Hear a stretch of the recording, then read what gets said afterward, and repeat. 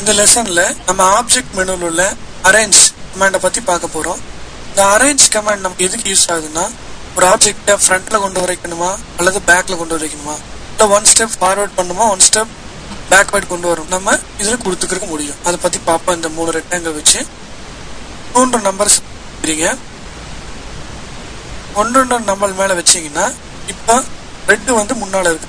இந்த ரெட் வந்து பின்னால எனக்கு போகணும் அப்படின்னா ஆப்ஜெக்ட் மெனுல அரேஞ்சில் சென்ட் டு பேக் கொடுத்துறீங்க. இந்த ரெட் உங்களுக்கு பின்னால போயிடுச்சு.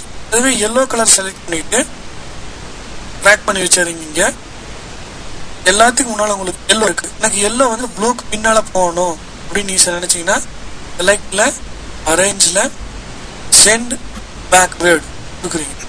இப்போ ப்ளூக்கு பின்னால போயிடுச்சு. இப்போ எனக்கு இந்த ரெட் இருக்கு இல்லைங்களா, இந்த ரெட் வந்து எல்லோக்கு மேல வரணும் அப்படின்னா ஆப்ஜெக்ட் மெனுல அரேஞ்சில் பிரிங் ஃபார்வர்ட் பார்த்தீங்கன்னா உங்களுக்கு முன்னால வந்துடும்.